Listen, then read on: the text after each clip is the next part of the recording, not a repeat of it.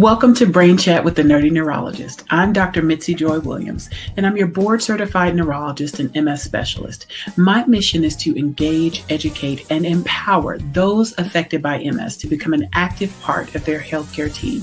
Here on Brain Chat, we'll be talking all things MS, health and wellness, advocacy, and we'll throw a little bit of music and music therapy in there as well. Thank you so much for joining us, and stay tuned for the next episode.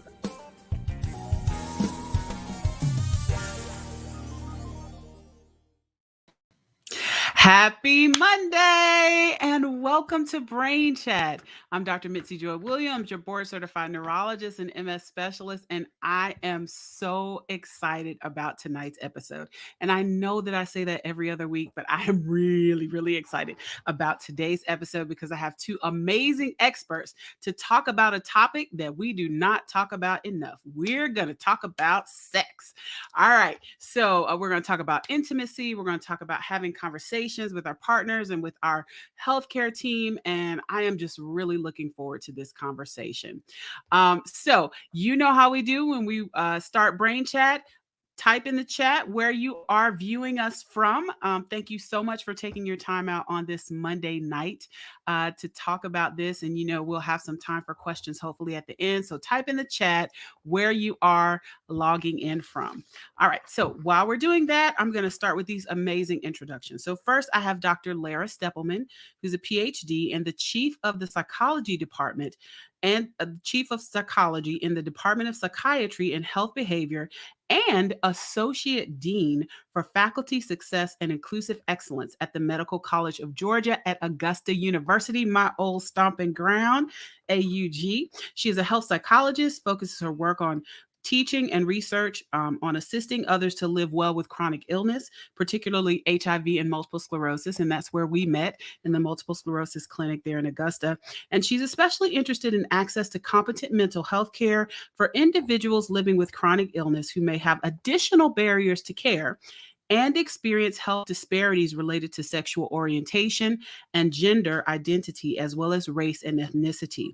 She has published numerous papers related to her clinical interests around sexual health and wellness in marginalized populations. And we have Dr. Ayanay Ferguson. She is a Christian wife, mother, daughter, sister, friend, clinical psychologist, sexual being, sex therapist, and intimacy coach. And that's a mouthful.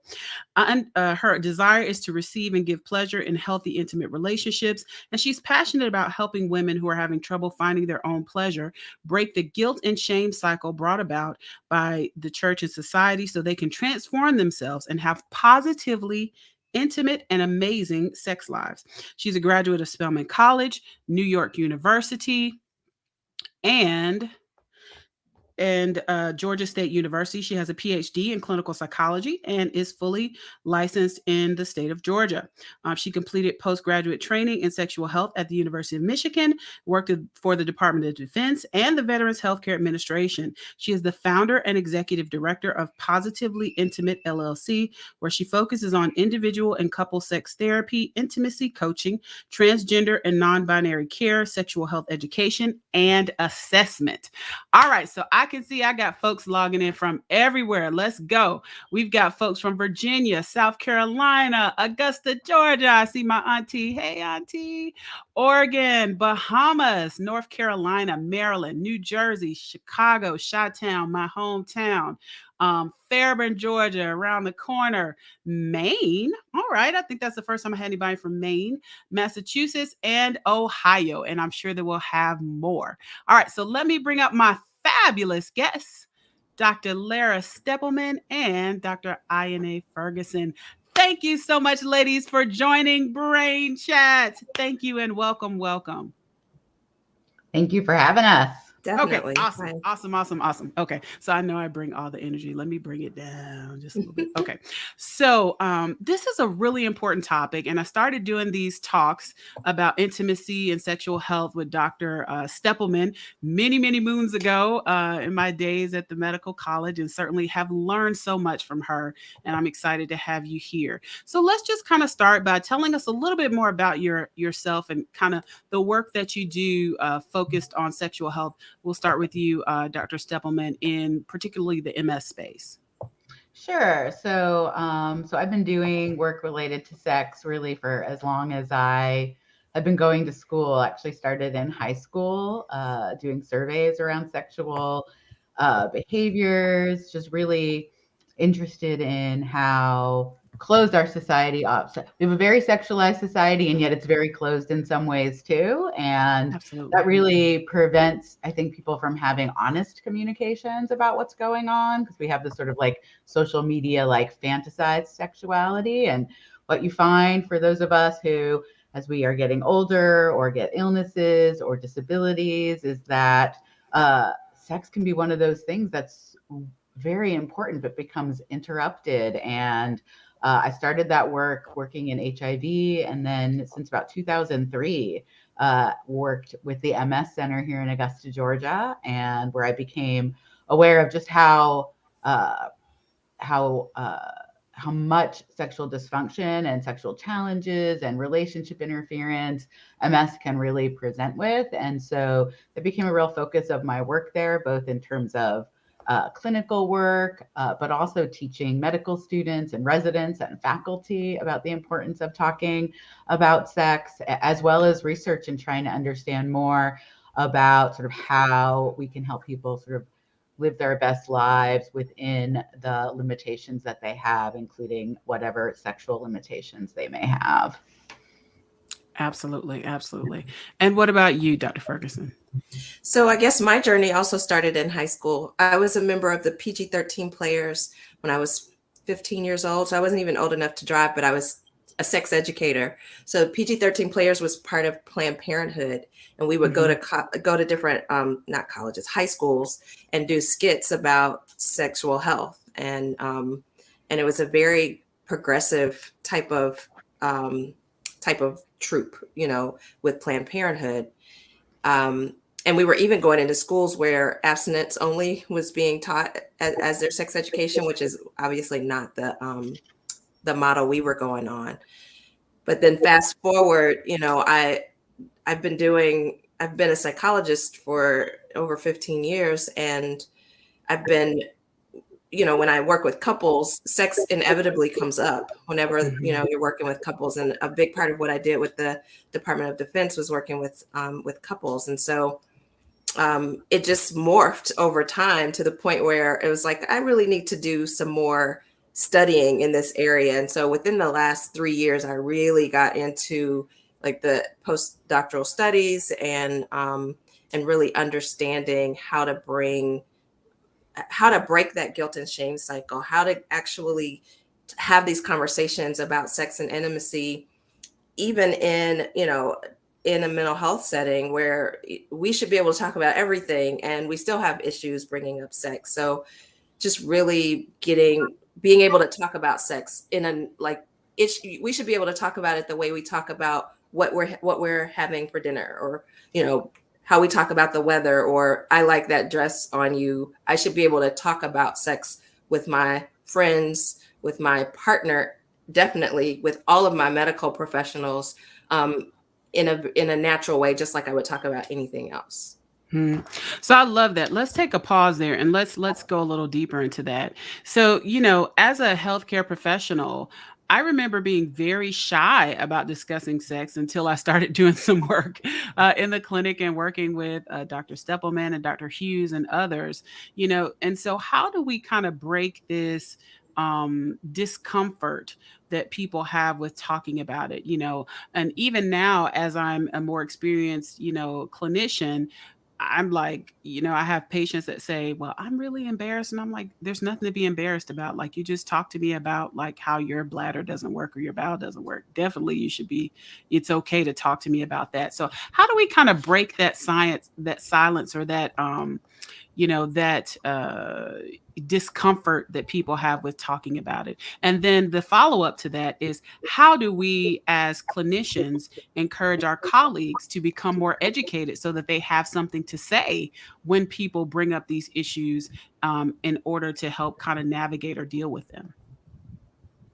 I definitely say we have to talk about it more. The more we actually have the conversations, the more we talk about it in our personal life, it makes it easier to bring it up, at work, when you're working with a client or a patient. And those conversations need to happen with your colleagues as well. So, when you bring it up in a space that's comfortable, not necessarily a CE, talk, which we should have those as well. But when you're continuing education, CE, continuing continuing education, you should have casual conversations with your colleagues about how do you talk about sex? What are some of the issues you're seeing that's coming up over and over again, and how are you dealing with that? That's how you open up the conversation.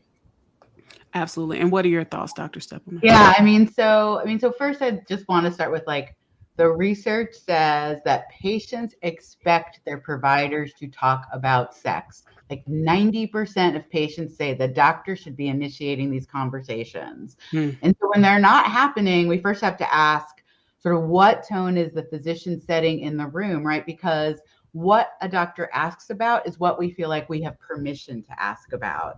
And so I have found it more the case that it's because the room doesn't have that permission, that if you actually ask, you would be surprised how many patients will be able to talk about it pretty graphically and explicitly. And so it's not that there aren't patients who aren't embarrassed about it, and certainly educating patients about, look, your sexual functioning is like any other kind of functioning within your body. And if it's not working the way you want and your relationships aren't the way you want, this is a space to talk about it. And so we really do need to do that encouragement.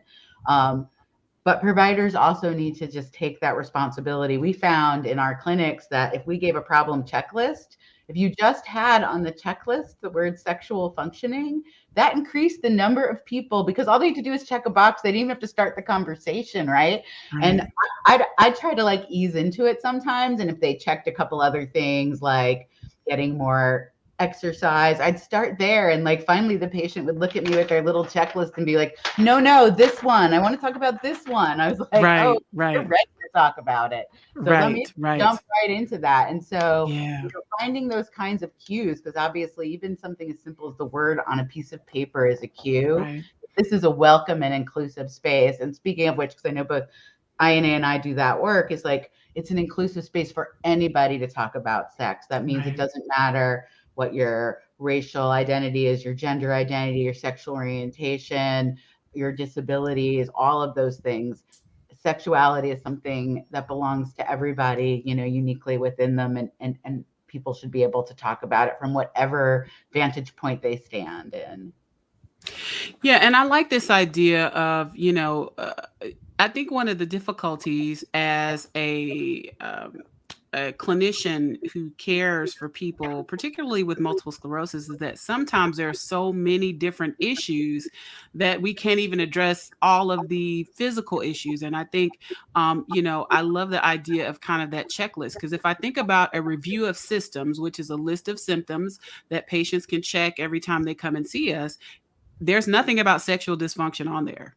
We have questions about the bowel, the bladder, the vision, the numbness, the tingling, the walking, but I rarely ever see anything about sexual health or sexual dysfunction. And so that's definitely something that would be easy for us to kind of put in the forefront of our minds if we just ask about it, more often. So I really love that idea.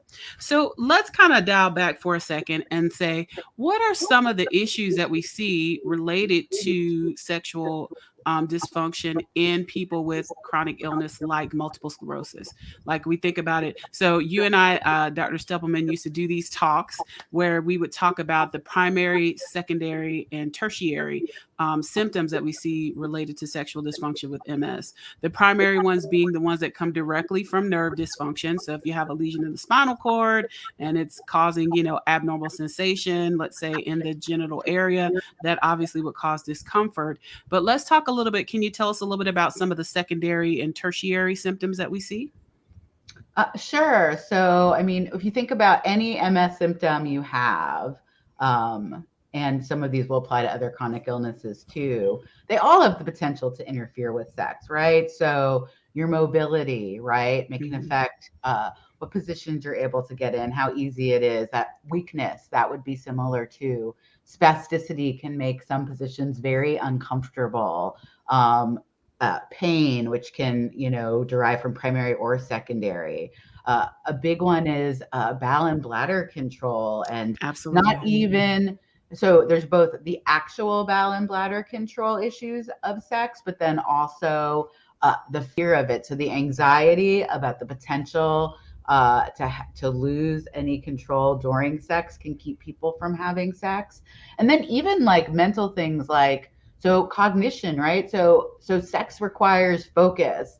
For most people, orgasm requires, in particular for women, orgasm requires focus. And if your mind is like having a hard time pulling it all together because you're tired, because it's late in the day, all those things, that can interfere with sex. Not to mention things like depression and anxiety, as well as the body image of being someone living with chronic illness and be not feeling like sexy, right? Because like you're not feeling all of those things, that we associate with sex, of being, agile, being able to move and groove, and moving and grooving may require like creaking and like joint creaking.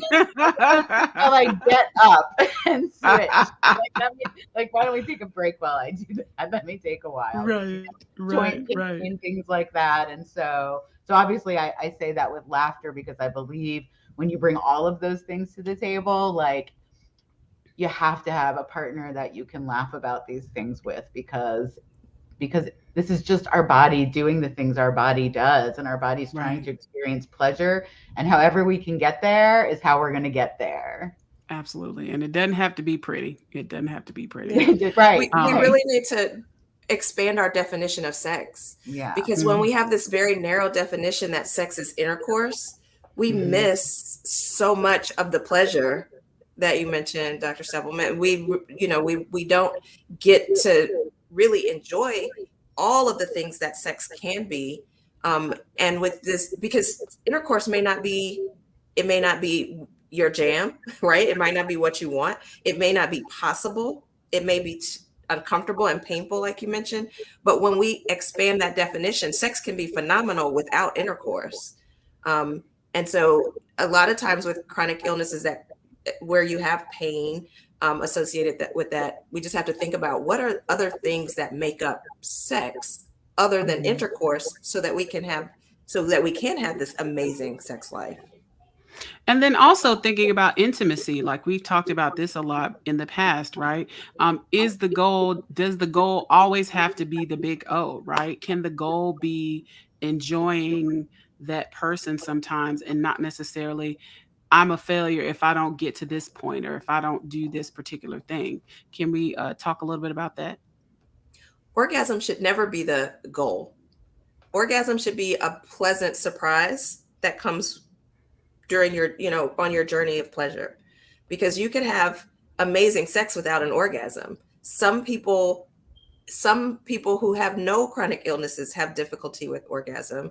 And so why make that the goal when, there shouldn't be a goal. The goal should just be enjoying the moment and the pleasure, not I've got to get somewhere, right? Because if you have that sort of, I've got to get to this in place, then that's that narrow definition again, that's really limiting you from experiencing so much more.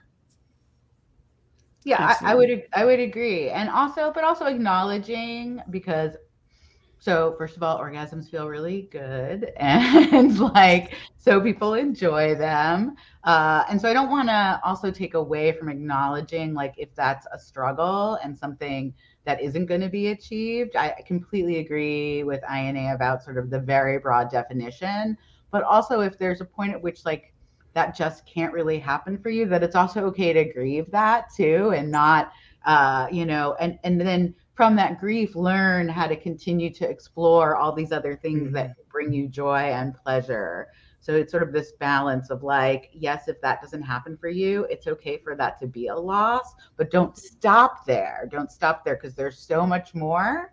And there's so many ways that you can feel pleasure, and people describe all different kinds of things that feel like orgasms, and, And so there's lots of ways to experience like intense physical pleasure and emotional pleasure, spiritual pleasure, like it all can come together. Mm-hmm. Yeah, and I think that that's hugely important. I think one of the difficulties in this age of social media and so much information at people's fingertips, people can very easily get into this comparison game, right? Like even some of the groups I'm in, I'm like, man, like, wow, my life is not like that. You know what I mean? I'm like, let them tell it. It's like a movie every night. And I'm like, yeah, no, it doesn't quite work like that for me.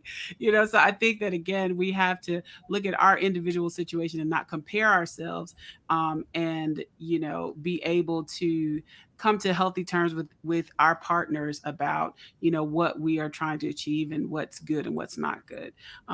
So how do people kind of approach these discussions with partners, right? I think one of the issues that I often find, for my patients who are married, as well as for those who are single, but particularly for those who may be single and are getting into relationships, what are some tips or some ways that people can kind of, broach this subject and kind of start to find this common ground with their partners? I think this conversation needs to start from the very beginning. When you're entering a relationship, you should be talking about sex and your desires, your absolutes, I need this, or your absolutes, I will not try that. There should be open conversation from the beginning. Now, some people are already in the middle of their relationship, right? So they've been in it a long time, and they're like, "Well, we didn't have those conversations before." It's really about who's gonna be the one to just actually say something, and bring it up, and you know, and really just being honest with what it is you want to talk about. What is it that you fear? If you've been in a relationship, sex has been great, you get this diagnosis and you're like, what does that mean for me and my partner and our intimacy and our sex life, which can be two different things. That's the time to bring it up. Like, these are the things that I'm fearing. These are the things that I'm thinking about. And I want us to be able to talk about it continually, even if you're the partner who wasn't diagnosed. This is what I'm fearing. This is what I'm hoping for. I want to make sure we can continue to talk about it so that it doesn't become this thing in the room, in the house, that's just looming over us. And I think the doctor can help with that conversation as well. If they're able to bring it up, sexual health. It's something to think about. It's something that I'd like for you all to talk about. And if you have questions next time you come in, bring them with you, kind of thing. Yeah. And I think one of the challenges is that most people will initiate these conversations at a point of frustration, which is never a good vantage point from which to like decide now is the time, right? So like, either it's because something's not working with you or not working with them the way you want it to be, or the frequency's decreased. And like, usually it's not a casual, like, I noticed we haven't been having sex as much. It's usually like someone is upset and that's what happens. And it could be, and sometimes when we're upset is also we're upset because like it was a day we didn't sleep well, or we were really looking, and so might be the end of the day and people are tired, and their brains aren't working as well, and they're frustrated. And so, so if you identify those feelings in yourself, that's sort of time to take a step back and say, okay, what this is telling me is I need to have a conversation with my partner, not I need to have a conversation with my partner right now. And that can be hard for some of us. For me, when I'm feeling it, like I just want to but I can tell you that that's not the effective time to do this. It's like, take a break, have a nice, over like a Sunday brunch at your home when it's just the two of you, and it's earlier in the day when, with MS, that you're feeling more at your best and your meds have kicked in, and, really like think for yourself, when is my best time of day to really have these kinds of conversations, and then think about your partner, because maybe that's not the best time. Like, so trying to sort of really think it through of like, when can I talk to this person? And like, and I would say even to the point where like thinking about some things, some key points, Because the other thing is when you finally sit down to talk about it, sometimes you just want to get it all out. So then it becomes this whole, and while we're on it, like, so also doing this sort of narrowing down of like, what's the most important thing I want to walk away from this conversation with? And maybe the only thing you want to walk away from is like, I know something's different here. I want us to like be able to talk about it openly and have it. So even if all you walk away with is the agreement, we're going to talk about this more because we love each other and we want this to be better, that might be enough for the first conversation. And so don't feel like you have to like, oh, I finally have that window and like start unrolling your list. Right. Your like, scroll of here, the 50,000 things that are wrong. Number Yeah. one. Exactly. If you start off like that, it's never going to be good. You and know, I think sometimes it's also difficult as a doctor. Sometimes I get caught in the middle, so this, I have had issues where like a partner will be sitting there just kind of brooding. And, then we talk about the medicine. They're like, and by the way, you need to tell her she needs to do it more often. And I'm like, okay, like, let's back up here. This didn't start today, So I like the idea of kind of, taking a break from the heat of the situation and kind of sitting down and having a separate conversation, talking about some of those issues and just taking it piece by piece and maybe not trying to unravel the whole thing, at one time. But I think also it also lends back to talking about these things from the beginning, either from the beginning of the relationship, if a diagnosis is established, or from the beginning of the MS diagnosis once it is established. So let's switch gears and let's talk a little bit about solutions, right? Because everybody knows that there can be problems related to sexual health and sexual dysfunction related to MS. Let's talk about solutions. Particularly, I want to focus on the ladies a little bit, right? Because the men, we've got some medications that help them out. There are procedures, there are pumps, there's all kind of things for the fellas. But for the ladies, there are not as many medical tools that help them. So let's talk about kind of what are the solutions, for instance, if people are having symptoms of abnormal sensation or lack of sensation, like in their genital area. What are some ways that people can combat that or deal with that? So I like to recommend vibrators when there's a lack of sensation or when the sensation is low, something that has several settings. So you can start out with a really low setting and work your way up. Other toys that may not have vibration, but different, you may have a something silicone, different textures, and working with your partner with those, if you have a partner, working with your partner with those toys that's another place where you're opening up, that definition of what sex is and have an exploration. Like, we're going to start with touch. We're going to advance to different kinds of touch. We're going to use ice, or we're going to use one of the toys, and progress, and just slight touches, getting more and more, using more and more of the sensation so that you can learn and tell your partner at the moment that they're, helping you, or you show them, you can say, that's okay. I don't really like that. I really like that. Do that one more, have the conversation in the moment while you're trying to figure it out. Understanding that it may be the same the next time. It may be different the next time. You may have to start exploring all over again at a different point, depending on how things are progressing with your illness. So that's just one suggestion of how to deal with the sensation issue. Mm-hmm. And I would add is I usually recommend so one of the big challenges is many of us aren't comfortable with our own bodies and don't actually know like all of the amazing things. Like, I learn new stuff every year, like practically every month. I'm like, wow, look what I can do. Look what I can do. Like, there's just like, there's like a never ending, like, and that's like when you open your mind, there's just so much. And like, so what I would recommend also is like, spending time with yourself, and whether that is with masturbation, either manually or with a toy. We talk about body mapping, which is sort of reconceptualizing your body as all of these sensual pressure points that, like, if you find the right things, it could be the inside of your arm or behind your knee, that your body has the potential to feel pleasure in so many places. So not only figuring out what works, like, vaginally, or clitorally, but also then expanding it out and figure it out so that you can share it with your partner and you don't get as flustered in the moment, because you have some chance to really know your body and say, wait, when I do it like this, in this corner, like this, for this long, like, and when they're able to give you pleasure, I mean, to people, people who, care about each other really do want to give each other as much pleasure as they can. And so most people, if they're in good relationships, will be studious learners if you can bring them things and I like show them, that. Studious learners.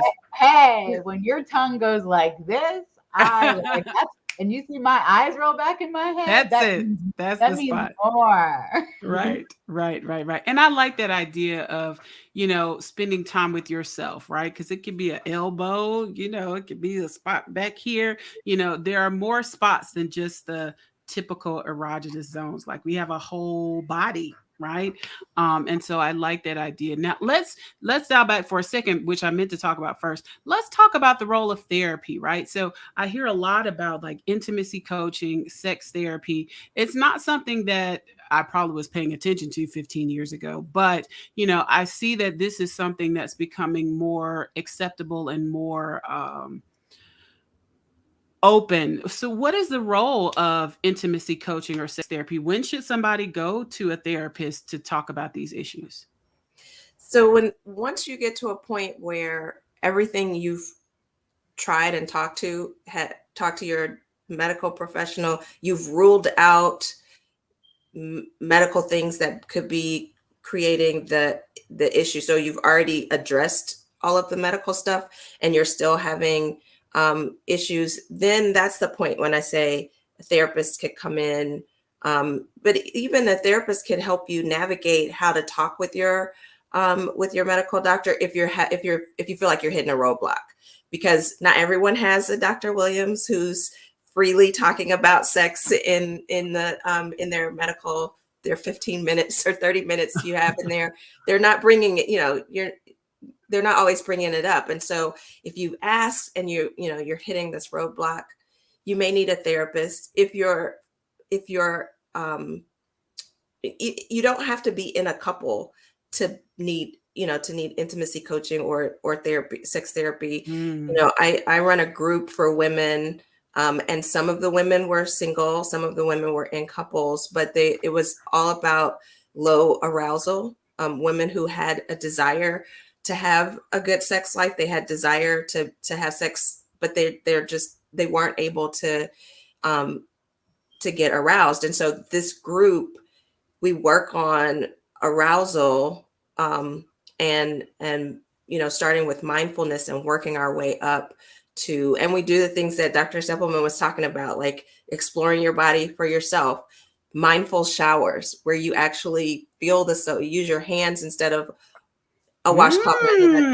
Controversy. I'm taking notes. You need to pull the washcloth out after the fact, but you use the soap on your hands and you feel every part of your body, starting with your neck, and you wash yourself and you feel everything. And that's where, with the slippery part of the soap, you might find, oh, wait a minute, that's a sensation I wasn't expecting. And you explore it some more while you're in the privacy of your shower by yourself. And so things that we work on as a group, as you get homework, we discuss it.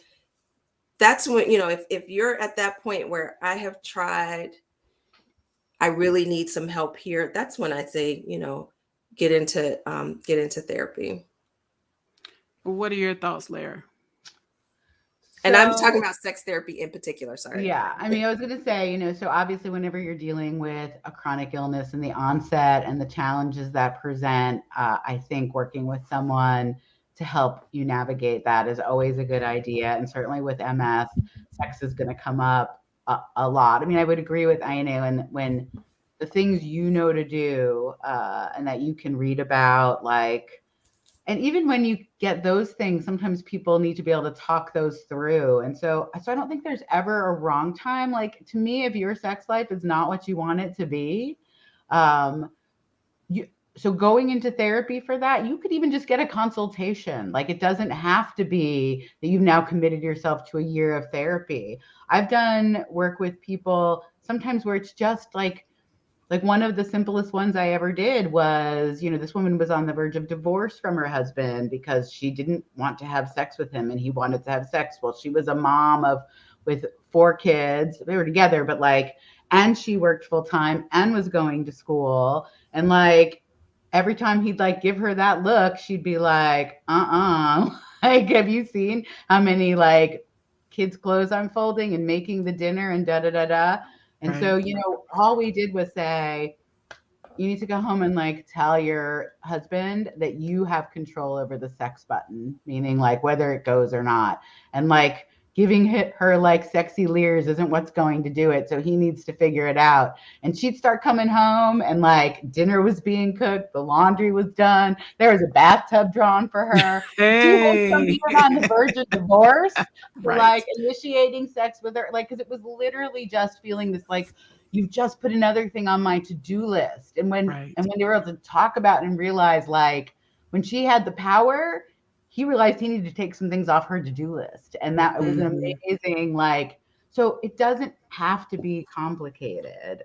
Sometimes just finding the right things, being able to talk to somebody about, because sometimes your physicians will talk about it, but sometimes not, about what are sort of good quality vibrators. People will, I know you can go on Amazon, but sometimes talking with people who have talked with many people who have had different kinds of problems will say, well, this one might be better. Some people prefer some of the new toys that have suction.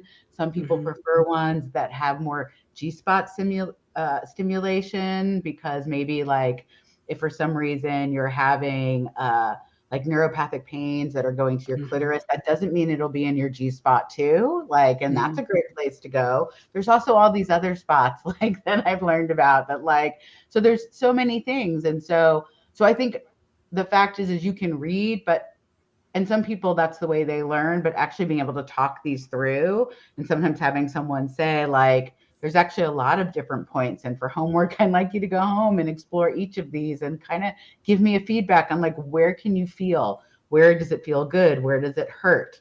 And then you can kind of work to make a plan. So I don't think there's ever a wrong time. I would say if you're frustrated, that's a good time. Right. With your doctor. And if your doctor can't help you with the frustration, because it's so multifactorial also, right? Absolutely. Yeah. Absolutely. So awesome information. And so, Lara, you said something, right?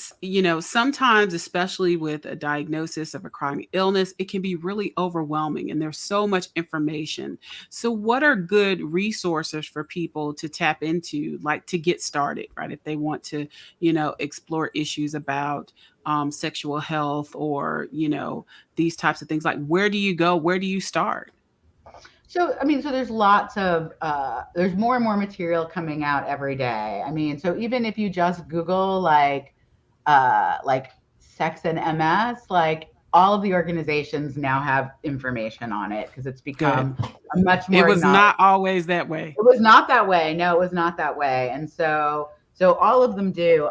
There are a couple of some decent books related to sex and disability that have come out in the last few years that I was looking at. One of them, I just wrote them down because I wanted to make sure I gave good. So The Ultimate Guide to Sex and Disability is one of them. And then there's another one that was called a Easy Guide to Sex and Disability. And both of those were on Amazon. And I read through them. I looked through the table of contents. I read the reviews of them, and they all seem very hands-on. I also really as just a general book, The Guide to Getting It On. I like the name of the book. I like that it's 3,000 pages of information for 3,000. It's I might be exaggerating. It's over 1,000. And it was actually given to me the first time on one of the MS cruise events. And the naturopath who was there gave this to me because I was giving a talk on sex. He's like, have you seen this? And it's a fun book. I also think the book is not overly heterosexually focused. So I think it applies to people from all different backgrounds and in all kinds of relationships, acknowledging that we're not just talking about couples anymore, that people have all different kinds of varying organizations of what their relationships look like. And so I find this book very respectful to that. So it's a good one if you just kind of want to know about things. And it's got like just 30 chapters of just like down to like, a whole chapter on here's how you use your fingers, 30 pages, like, 30 pages. Gotcha. Right. Dr. Williams' bedtime reading, clearly. I know. Oh, yeah. I'll have it on my nightstand soon. 30 pages. For research, of course. For research purposes. For research, of course. Yes. And what about you? Yeah, go ahead, Ayanay. So I like Come As You Are. It's a book that's for women. For men, there's a book called Good Enough Sex. And that's really it's about aging, but it is very appropriate for chronic illness. And that is one of those books that sort of helps you open up your definition of sex. And the author is, he's like, if you really are open to this, you could have great sex into your 90s, right? Because, and like I said, it's about aging, but it's very appropriate for chronic illness. And then there's a website, omgyes.com, which is about exploring your body and finding the places that, finding the things that bring you pleasure and finding your orgasm without chasing it, right? So again, we're not chasing it, but they do feel good. And so it's about how to explore yourself. And it's not necessarily partner focused. Because I think, interestingly enough, these desires and things don't go away as we get older. I remember Lara and I were doing a talk in Florida. You remember that, Lara? And we were our audience was like 75 and up. Everybody was like 75 and up. And so we're giving this talk, right? And so, we've got a table in the back and they've got all kinds of samples and products and, toys back there. And we're doing this sex trivia. And so halfway through the program, we sit down, we're like, oh my God, we're bombing. And at the end, everyone was like, this was the best program we ever went to. There's like this 80-year-old guy with this big pillow walking out. I mean, so these are things that, need to be continually talked about because, this is a part of life until indefinitely, right? And so we can't say that, once you get a certain age, we don't have to pay attention to it. We don't want to neglect it. So we are coming kind of toward the end. We've been having this amazing discussion. I will pause for a few seconds to see if anybody has questions that they want to put in the chat. Please feel free to put those questions in the chat. I'm just going to scroll back through. I think I saw maybe one or two, some of which we've addressed already. I think one person asked what causes the lack of sensation. They've never heard of that before. And I'll answer that one. So, with multiple sclerosis, people can have lesions or damage to the spinal cord. And the spinal cord essentially affects everything from that area down. So sometimes lesions in the spinal cord or damage to those nerves can cause abnormal feeling or sensation. Sometimes it's in the legs. More commonly, it's in the arms and legs, but sometimes people can have abnormal sensation in the genital area where there either is numbness or lack of sensation, or sometimes they can have that burning sensation or pins and needles sensation. So it can be a positive meaning an extra sensation that's not supposed to be there, or the absence of sensation. And so those are both issues related to sexual dysfunction that we see with multiple sclerosis. All right. And I'll see if anybody has any other questions in the chat. I don't see any so far. All right. So tell me, ladies, tell me where people can find you if they want to come see you. I know that you're busy and probably packed to the max, but how can people come and see you if they're in your area? So you can find me on bepositivelyintimate.com. So positivelyintimate.com. There you can set up a free consultation. I am completely virtual right now. So I'm licensed in Georgia, but I'm also a member of the APIT, which gives me telehealth transportability to several states. I think they keep adding states every month, so I can't keep up with the number. It was somewhere around 17 the last time I checked, different states. So Awesome. if you can always do the free consultation, and we can determine if one of the, if I would work for you for one of the states, for the state that you're in. Okay. And you do new consultations over the computer, is that correct? Correct. Okay, gotcha. All right, Dr. Stepleman, I know that you're also packed to the max. I'm packed to the gills, but I'm also happy to just chat with people or answer questions. Mitzi, you might remember that like my favorite thing was, because when I would meet with people live, I'd give out my card. I'd be like, you did, and your email address. right, everything. So and so you can find that I'm on the Augusta University site in the Department of Psychiatry and Health Behavior, and I have a profile there with my email on it. But a woman from the Florida one, that was the funniest thing, called me like a year afterwards because she had my card. And she was like, I'm going on vacation. Like she was like, she'd just gone through a divorce, and we'd both gone through divorces at similar times. And so we were sort of bonding over that. And like, she called me like a year later. She's like, I have a boyfriend. I'm like, congratulations. And she's like, and I'm about to travel. And the vibrator that I use is a Hitachi. So for anyone that doesn't know the Hitachi and hasn't gotten it yet, it's like this big. Well, I mean, it's big. It's a lot to travel with for like a weekend travel on a plane. And so she was like, I need something that has the same power, but it's like half the size. And like, that became like my goal for the day. I was like, I will find something with the same VPN, vibrations per minute, so that this woman can go away with her boyfriend, and have pleasure. And I felt like I won an Academy Award because someone contacted me to ask me a question from another state about a vibrator. So like, awesome. So don't be afraid to reach out like that. I mean, that's how we get resources and share resources. And my hope is that she'll share what she learned with her friends and so on, so that, so that everyone can get that kind of information. So absolutely. Yeah. Absolutely. Well, I love it, ladies. This has been an amazing and enlightening conversation. And I hope that all of you that tuned in learned something from what we talked about tonight. Please share it with your friends and with your families and your loved ones that are dealing with some of these issues. And again, a lot of this information is not just for people with chronic illness or MS. A lot of this information is for everybody, right? Everybody can benefit from this. So thank you all so much for sharing your time and your expertise.